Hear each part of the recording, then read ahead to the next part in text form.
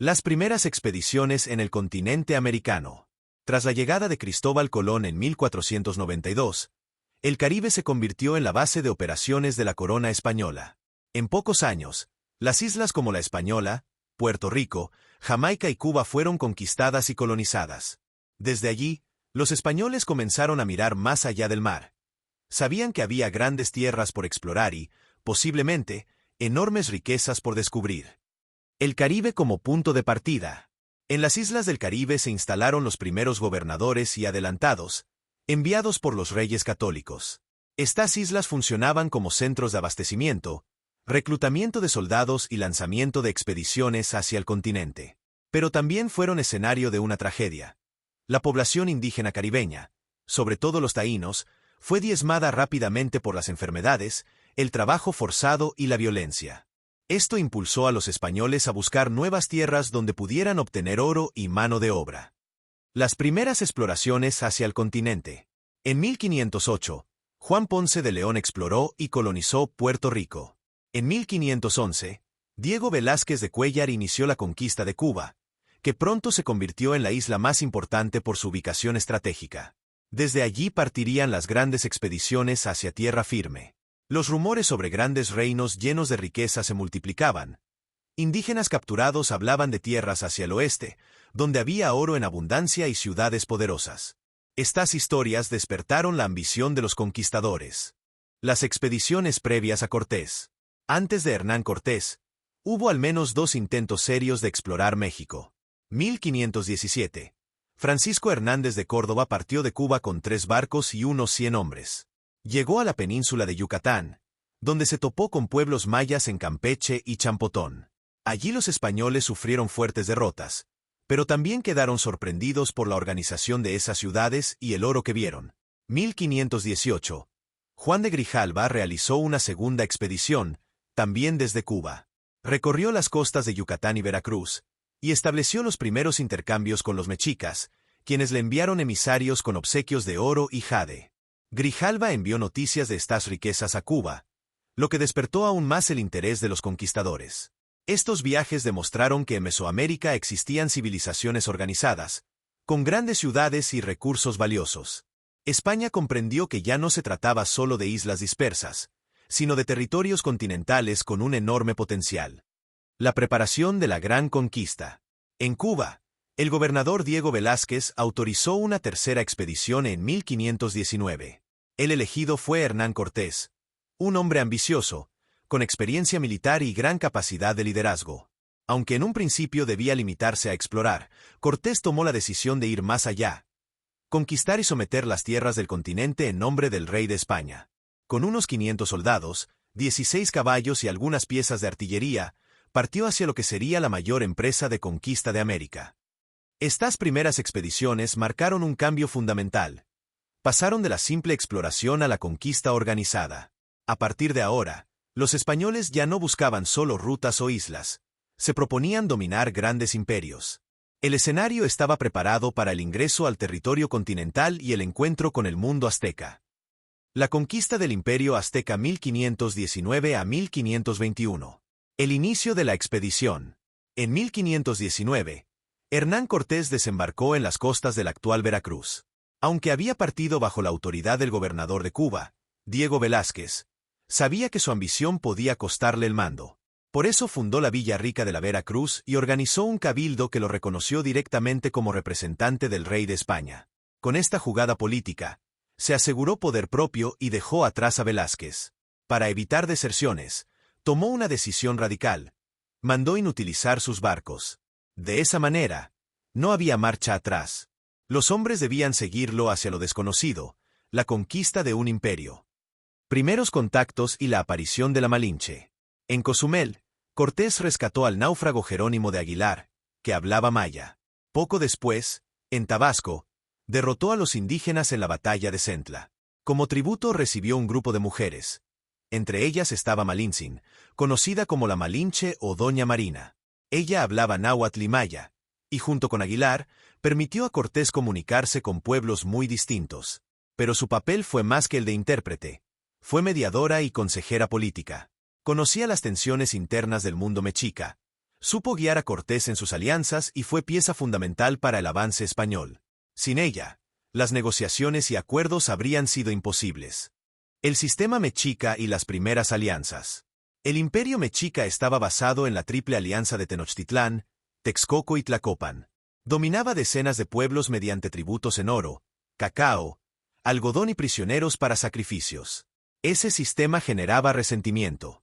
Los primeros en unirse a Cortés fueron los totonacas de Zempoala, hartos del poder mexica. Más tarde vinieron los tlaxcaltecas, quienes primero combatieron contra los españoles, pero luego pactaron con ellos. Tlaxcala aportó miles de guerreros y se convirtió en el aliado más fiel. Estas alianzas fueron decisivas. La conquista no fue una guerra de unos pocos europeos contra millones de mexicas, sino una guerra en la que los pueblos enemigos de Tenochtitlán se aliaron con los españoles para derribar al imperio. La masacre de Cholula. En octubre de 1519, en su camino hacia Tenochtitlán, Cortés perpetró la masacre de Cholula. Miles murieron en pocas horas. Su sentido aún es debatido. Pudo ser represalia preventiva, advertencia política o ambas. Lo cierto es que sembró el terror y quebró resistencias en el altiplano. El encuentro con Moctezuma y la grandeza de Tenochtitlán. En noviembre de 1519, Cortés y sus hombres llegaron a Tenochtitlán. Moctezuma II los recibió con regalos y hospitalidad. Algunos cronistas dicen que lo veía como emisario divino. Otros, que buscaba ganar tiempo. Los españoles quedaron asombrados. La ciudad, construida en medio del lago Texcoco, tenía calzadas, templos, mercados y canales. Bernal Díaz del Castillo escribió: «Nos quedamos admirados, decíamos que parecía cosa de encantamiento, como si viéramos las ciudades de los libros de caballería». Por primera vez, los conquistadores comprendieron que estaban frente a una civilización urbana, compleja y poderosa. El secuestro de Moctezuma. Cortés comprendió que no podía dominar un imperio tan vasto solo con armas. Por eso, realizó una acción arriesgada: tomar prisionero a Moctezuma en su propio palacio. El emperador siguió gobernando, pero bajo custodia española. Esta maniobra aseguró provisiones y tiempo para Cortés, aunque debilitó la autoridad del Tlatoani frente a su pueblo. Narváez. La viruela y la masacre de 1520. En mayo de 1520, Diego Velázquez envió a Pánfilo de Narváez para arrestar a Cortés. Este lo derrotó y sumó sus soldados, armas y pólvora. Con esa expedición llegó también la viruela, que pronto devastó el valle. Mientras Cortés estaba ausente, dejó a Pedro de Alvarado al mando en Tenochtitlán. Durante una gran fiesta religiosa, Alvarado ordenó atacar a los nobles mexicas reunidos en el Templo Mayor. Fue una masacre que desató la furia del pueblo. Cuando Cortés regresó, la ciudad estaba en rebelión. Intentó calmarla usando Moctezuma, pero el emperador murió poco después, apedreado por su propia gente o asesinado, según distintas versiones. Tras su muerte, asumió Cuitláhuac, quien dirigió la resistencia hasta morir de viruela pocos meses después. La Noche Triste y la Batalla de Otumba. El 30 de junio de 1520, los españoles intentaron huir de la ciudad por la calzada de Tlacopan, bajo la lluvia. Cargados con el oro saqueado, fueron descubiertos y atacados en los puentes y canales. Centenares murieron ahogados o atravesados por flechas. Este desastre quedó en la memoria como la Noche Triste.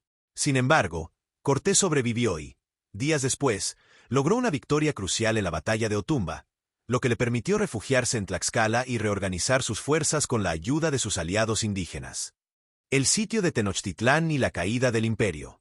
Un año después, Cortés volvió con un ejército más grande, cerca de 1 millar de españoles y decenas de miles de indígenas aliados. Con ayuda de Texcoco, construyó 13 bergantines para controlar el lago Texcoco y organizó un asedio que duró 3 meses. El hambre, la falta de agua y la epidemia de viruela devastaron la ciudad. El 13 de agosto de 1521, Cuauhtémoc, el último tlatoani, fue capturado. Tenochtitlán cayó, y con ella, el imperio azteca. Después de la conquista, los pueblos aliados. Los pueblos que habían apoyado a Cortés, como Tlaxcala y Huexotzinco, esperaban recompensas. Tlaxcala obtuvo privilegios, autonomía parcial, tierras y exención de algunos tributos. Pero con el tiempo, también quedó atrapada en el sistema colonial. Muchos aliados comprendieron que habían cambiado de señor. Dejaron de servir a los mexicas, pero ahora debían responder a la corona española. Estrategias de resistencia y adaptación indígena. Los mexicas no desaparecieron tras 1521. Muchos se convirtieron en mano de obra en encomiendas. Otros fueron reclutados como aliados militares en campañas hacia otras regiones. En lo cultural, mantuvieron su lengua náhuatl, que incluso se convirtió en lengua administrativa de la colonia.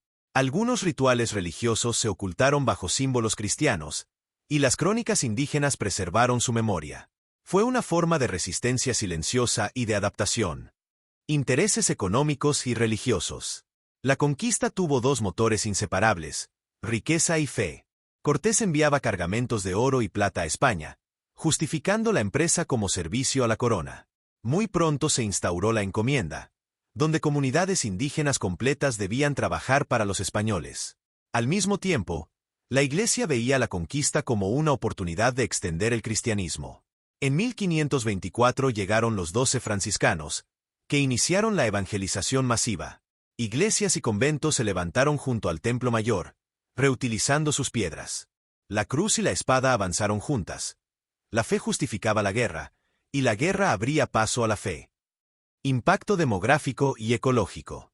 Las epidemias trajeron un desastre sin precedentes. La viruela, seguida por el sarampión y la gripe, redujo la población indígena de México de unos 20 millones de habitantes en 1519 a menos de 2 millones un siglo después. Fue una catástrofe demográfica única en la historia. El paisaje también cambió. Tenochtitlán fue destruida y sobre sus ruinas se construyó la Ciudad de México. Los canales fueron rellenados, el lago Texcoco desecado, y el sistema de chinampas perdió importancia. En el campo, llegaron caballos, vacas, ovejas y cerdos, que transformaron la dieta y el ambiente. Cultivos como el trigo y la caña de azúcar se expandieron, desplazando en parte al maíz y al frijol. La conquista del Imperio Azteca no fue un simple choque entre dos mundos. Fue un proceso complejo donde se mezclaron alianzas políticas, rivalidades indígenas, epidemias devastadoras, intereses económicos y ambiciones religiosas. En apenas 2 años, un imperio poderoso cayó bajo el poder de un puñado de europeos, pero en realidad fue la combinación de muchos factores lo que hizo posible esa conquista. Sobre las ruinas de Tenochtitlán nació la Nueva España, y con ella, un nuevo orden que transformó para siempre la historia de América y del mundo.